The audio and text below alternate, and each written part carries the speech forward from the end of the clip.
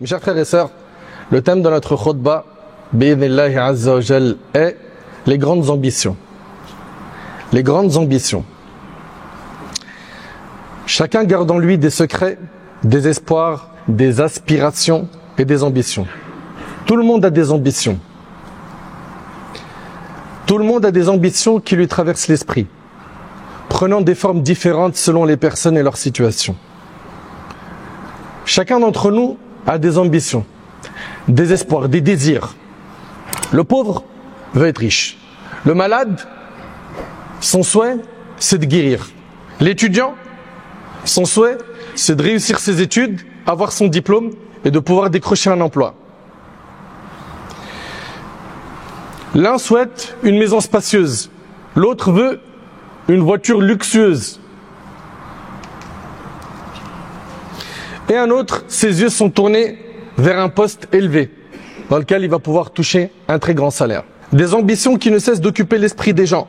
Abdullah ibn Abbas, Anas ibn Malik, Abdullah ibn Zubayr et Abu Musa al-Ash'ari, radiyallahu anhum, relatent que le prophète a dit, écoutez attentivement s'il vous plaît, si le fils d'Adam possédait une vallée d'or, vous entendez mes frères?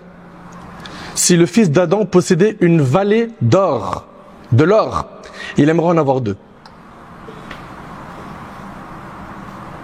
Rares sont ceux qui se rassasient des biens de ce bas monde. Demandez à celui qui a fait beaucoup d'efforts pour gagner de l'argent et il a fini par décrocher le million d'euros, c'était son rêve. Ton souhait aujourd'hui c'est quoi? C'est d'avoir le deuxième million d'euros. Et une fois le deuxième million d'euros, ça y est? C'est terminé? Il s'arrête? Non. Il faut le troisième million d'euros. Si le fils d'Adam possédait une vallée d'or, il aimerait en avoir deux. Or, seule la terre comblera son ventre. Et Allah accorde le repentir à quiconque se repent, rapporté par Bukhari Muslim. C'est-à-dire quoi? Seule la terre comblera son ventre. C'est-à-dire qu'il ne cessera de convoiter la vie d'ici-bas jusqu'à ce qu'il meure et que son ventre se remplisse de la terre de sa tombe. En raison de l'importance des grandes ambitions, l'imam al-Bukhari a consacré un chapitre entier sur ce sujet dans son recueil authentique. Subhanallah. C'est pourquoi il est recommandé aux croyants de multiplier les souhaits pour les bonnes œuvres. J'ai pas dit que tu n'as pas le droit d'avoir des ambitions dans la vie d'ici-bas, d'être un patron, d'avoir un bon salaire, d'avoir une belle voiture. Tant que ça ne t'écarte pas de l'obéissance d'Allah et que ton objectif premier c'est la satisfaction d'Allah et que tout est cadré au niveau du dîn, pas de problème. Le prophète dans le hadith de Sa'd qui est rapporté par Ibn Hibban, il a dit 4 choses font partie du bonheur. Parmi elles, la bonne monture. La bonne monture à l'époque, c'était d'avoir un bon cheval ou un bon chameau. Aujourd'hui, c'est une voiture. C'est pas un problème. Le souci, c'est quand l'objectif de ta vie, c'est que ça. En oubliant que tu as une rencontre avec ton Seigneur Azza wa Jal. Donc il est recommandé aux croyants de multiplier les souhaits pour les bonnes œuvres. Parce que au final, quand tu vas mourir, comme le prophète dit, il y a 3 choses qui accompagnent le défunt dans sa tombe. Il y a ses biens, sa famille, et il y a quoi aussi? Ses œuvres. 2 de ces 3 reviennent à la vie d'ici-bas. Et il n'y a qu'une seule chose qui reste avec toi dans ta tombe. Ta famille et tes biens, ils vont rester dans la vie d'ici-bas, et tu prendras avec toi dans ta tombe que tes œuvres. Et dans le hadith d'Abu Kabsha, qui est rapporté par l'imam At-Tirmidhi, le prophète a dit que ce bas monde appartient à 4 catégories de personnes. Quelqu'un à qui Allah a donné la science et l'argent. Il a la religion et il a l'argent. Il va dépenser l'argent dans les nobles causes. Lui, il occupe la meilleure position. C'est quelqu'un qui a la religion et l'argent. Deuxième type de personne, c'est quelqu'un à qui Allah a donné la science, il a la religion, mais il n'a pas l'argent. Et il dit, si seulement j'avais de l'argent, j'aurais fait comme le numéro 1. Le prophète il dit que les deux ont la même récompense. Pourquoi? Parce qu'il avait l'intention de faire le même bien que le numéro 1. Le numéro 3, c'est quelqu'un, Allah il lui a donné l'argent mais il lui a pas donné la science. Il a de l'argent, mais il n'a pas la religion. Il dépense son argent dans le haram. Il n'a aucune limite. Il défie tout le monde de le concurrencer dans le mal. Lui, il occupe la pire des positions. Et le numéro 4, et malheureusement, je le dis en ayant le cœur qui saigne, on en a beaucoup malheureusement des numéros 4 dans la communauté. C'est quelqu'un, il n'a pas d'argent et il n'a pas la science. Il est loin d'Allah et il n'a pas d'argent. Et il se dit, si seulement je pouvais être comme le numéro 3. Et bien le prophète ensemble, il dit qu'ils auront la même rétribution.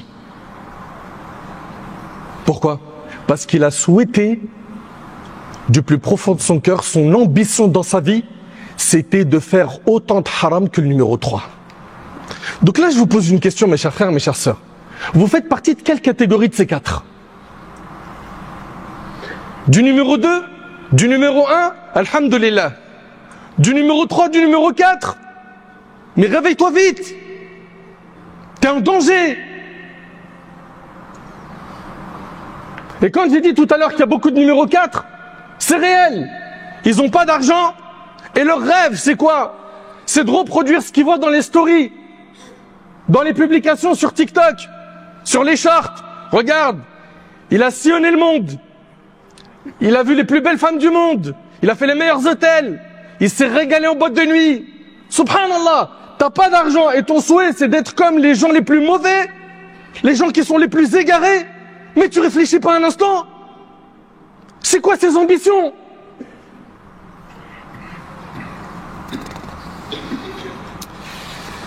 Lorsque l'on regarde les biographies de nos pieux prédécesseurs, on retrouve des ambitions, des souhaits, des aspirations nobles. Nobles. Notre modèle est le prophète Mohammed, sallallahu alayhi wa sallam, qui avait plusieurs souhaits, et on va en voir quelques-uns. Son plus grand souhait était de faire un maximum le bien afin de gagner la satisfaction d'Allah. Abu Huraira radiyallahu anhu relate que le prophète sallallahu alayhi wa sallam a dit: si je possédais l'équivalent de la montagne de Uhud en or, la montagne de Uhud c'est une immense montagne à Médine. Regardez le prophète sallallahu alayhi wa sallam, qu'est-ce qu'il dit? Si je possédais l'équivalent de la montagne de Uhud en or, je serais certes heureux de ne pas laisser passer 3 jours alors que j'en garde encore quelque chose, si ce n'est de quoi rembourser une dette rapportée par Bukhari Muslim. Il dit alayhi salatu wassalam, si je possédais l'équivalent de la montagne de Uhud en or, qu'est-ce qui lui ferait plaisir? Ça serait quoi son souhait? C'est de dépenser tout ça fi sabilillah et de garder que ce qui lui permettrait de rembourser des dettes. Pourquoi? Parce que son ambition c'était le paradis. Il a souhaité la guider de son peuple. Allah Ta'ala a dit: Fala tadhhab nafsuka alayhim hasarat. Ne te consume pas de chagrin pour eux. Car le prophète sallam était chagriné, triste de les voir dans l'égarement. Le prophète sallam a souhaité être celui qui sera le plus suivi le jour du jugement. Le prophète sallam a souhaité rencontrer ses frères. Dans le hadith rapporté par Ahmad, il a dit alayhi salatu wassalam: j'aurais tant aimé rencontrer mes frères. Qui sont ses frères? C'est nous. Des gens qui sont venus après lui, qui ont cru en lui et qui ne l'ont pas vu. Vous avez vu ses souhaits? Dans un hadith rapporté par Bukhari, le prophète sallam a dit: j'espère que vous serez certes la moitié des gens du paradis. Vous entendez? Dans le Bukhari, le prophète sallam a dit: j'espère certes que vous serez la moitié des gens du paradis. Voilà son souhait. C'est que sa umma représente la moitié des gens du paradis. Quels sont nos souhaits? Quels sont nos souhaits? On est musulmans. On sait qu'un jour on va rencontrer Allah. Quels sont nos souhaits? Quelles sont nos ambitions? On pense à quoi? C'est quoi nos projets? Les compagnons radiyallahu anhu qui ont été éduqués par le prophète sallam avaient de grandes ambitions. Rabi' ibn Ka'b al-Aslami radiyallahu anhu, le hadith est rapporté par l'imam Muslim. Il dit: je passais la nuit avec le messager d'Allah sallam et lui apportais de l'eau pour ses ablutions et ce dont il avait besoin. Il me dit: demande. Imagine-toi, le prophète sallam lui dit: demande. Fais-moi une demande. Et il lui dit: je te demande d'accompagner au paradis. Allahu Akbar. Son souhait, c'est d'être avec le prophète sallam au paradis. Billahi alaykum, s'il vous plaît, soyez sincères. Est-ce que nous on y pense un instant d'être en compagnie du prophète sallam au paradis? Si c'est le cas, est-ce que tu te donnes les moyens pour être son compagnon au paradis? Il lui a dit, alayhi salatu wassalam, et rien d'autre? Est-ce que tu veux quelque chose d'autre? Toi, t'aurais dit quoi? Supposons que le prophète me dit: fais-moi une demande. Tu l'aurais probablement dit: Ya Rasulallah, j'aimerais être au paradis. Il te dit autre chose. Autre chose? Ah, Ya Rasulallah, j'aimerais bien me marier. Certains auraient pu demander ça, n'est-ce pas? Ou un autre, j'aurais bien aimé avoir des enfants. Ou que mes enfants soient pieux. Ou que j'ai de l'argent. Comme ça, je peux faire le bien. Le compagnon lui dit, je veux rien d'autre à part ça. Est-ce que vous voyez l'état d'esprit des compagnons, radiyallahu ta'ala anhum? Rabi'a, il lui a dit, je ne veux rien à part ça. Il veut rien de ce monde. Allahu Akbar. Et là, le prophète sallam lui a dit, aide-moi contre ton âme en multipliant les prosternations. Multiplie les prières surrogatoires, tu pourras atteindre cela. Les prières surrogatoires. Omar radiyallahu anhu, il avait de nombreux souhaits. Il souhaitait pouvoir subvenir aux besoins des veuves en Irak. Allahu Akbar. Les femmes veuves, celles qui ont perdu leur mari, ou en Irak. Mais t'entends, ça c'est son souhait. Et grâce à Allah Azzawajal, j'ai connu des gens en France qui ont des associations humanitaires. Leur souhait, c'est la même chose. Les orphelins qui se trouvent dans tel pays, les veuves qui se trouvent dans tel endroit, les maisons qui ont été détruites, les reconstruire, creuser des puits dans tel endroit. Mais est-ce que nous on a ces souhaits? Parce que le seul souhait c'est d'être tranquille, d'avoir le frigo rempli, quand je ferme la porte, alhamdoulilah, je suis bien, le chauffage, wifi, tout se passe pour le mieux. Le compagnon Omar a dit qu'il souhaitait pouvoir subvenir aux besoins des veuves d'Irak et disait, si Allah me protège, je ferai en sorte que les veuves d'Irak n'aient plus jamais besoin de personne après moi. Allahu Akbar. Ce compagnon avait de grandes ambitions. Et cela est rapporté par l'imam al-Bukhari. Un jour, Omar réunit les compagnons et il leur a dit, souhaitez. L'un d'entre eux a dit, j'aimerais que cette maison soit remplie d'or pour que je puisse le dépenser dans le chemin d'Allah, dans le sentier d'Allah. C'est un souhait qui est noble, n'est-ce pas? Le deuxième a dit, j'aimerais que cette maison soit remplie de perles et de pierres précieuses pour les donner dans le sentier d'Allah. Sabilillah. Omar radiyallahu anhu a dit, quant à moi, regardez son souhait. Je souhaite que cette maison soit remplie d'hommes comme Abu Ubayd ibn al-Jarrah, ce compagnon qui fait partie des 10 à qui le paradis a été promis. Et malheureusement, combien sont nombreux et nombreuses ceux et celles qui ne connaissent pas sa biographie.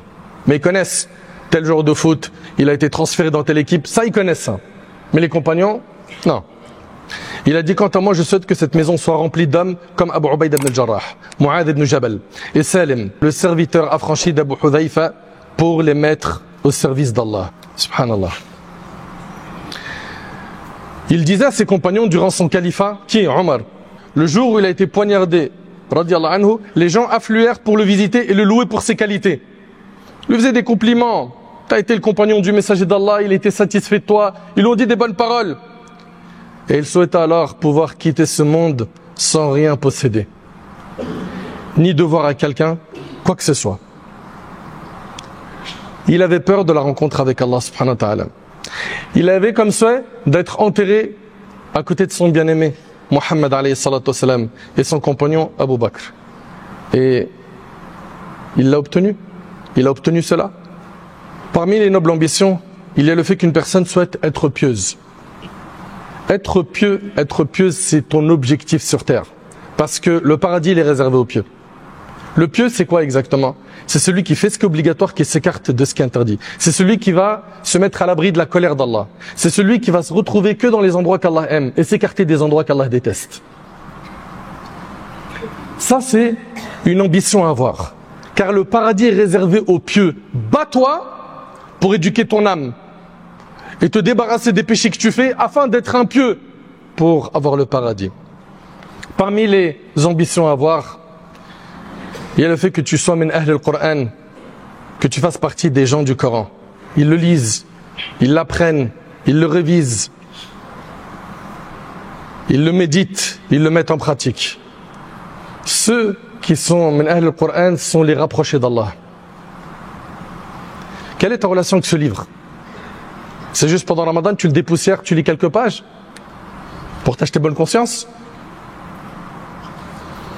Ça, c'est des grandes ambitions qu'il faut cibler. Être pieux, être parmi les proches du livre d'Allah, parmi les gens du Coran, être riche dans le but de dépenser dans les nobles causes. Quelqu'un qui aimerait avoir de l'argent pour dépenser dans les nobles causes, oui. Quant à celui qui a des objectifs futiles, Celui qui a comme grand souhait d'avoir beaucoup d'argent. Pourquoi? Juste pour se faire plaisir dans cette vie d'ici-bas, en oubliant complètement la vie de l'au-delà. Miskin. Miskin. Ou bien, cette personne qui a comme plus grand souhait d'être célèbre, connu, même au prix de sa dignité, de son intégrité. Le plus important, c'est le buzz. C'est quand je marche dans la rue, les gens m'arrêtent. Tout le monde veut prendre avec moi une photo, un selfie, un snap. Tu vis pour ça. C'est ça ton plus grand souhait.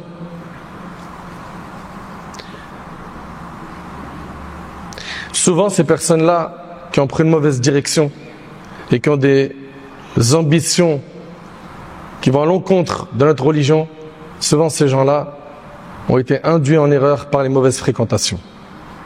Les mauvaises fréquentations. Et le prophète sallallahu alayhi wa sallam a dit, l'homme a la religion de son ami intime, que chacun d'entre vous fasse donc attention à qui il prend comme ami intime, rapporté par l'imam at-Tirmidhi.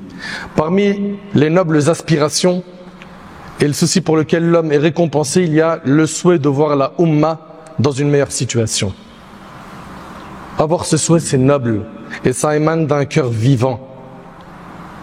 Quelqu'un qui a compris que toute la Ummah représente un seul corps, comme a dit le prophète, ou comme un édifice dont toutes les parties se soutiennent les unes les autres. Le croyant possède un cœur vivant qui se préoccupe du sort de ses frères et sœurs en Allah. Et quand tu vois que tes frères et tes sœurs souffrent à droite et à gauche, bouge et aie comme ambition d'être utile. Et chacun selon ses moyens. Il y en a, ils vont réussir à monter des associations humanitaires, sociales, et ils vont aider. D'autres, c'est des bons cerveaux, ils utilisent bien les réseaux sociaux, Internet. Mets tes compétences au service du dîn.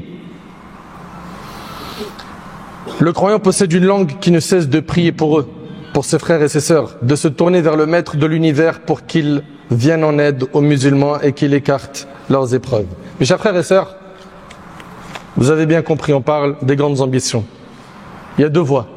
Ceux qui vont avoir pour ambition d'être des pieux, gagner la satisfaction d'Allah, qui veulent le paradis, et il y a ceux qui ont pris un chemin qui est celui, malheureusement, des mauvaises fréquentations, du suivi des passions, du haram, et qui suivent les pas du diable.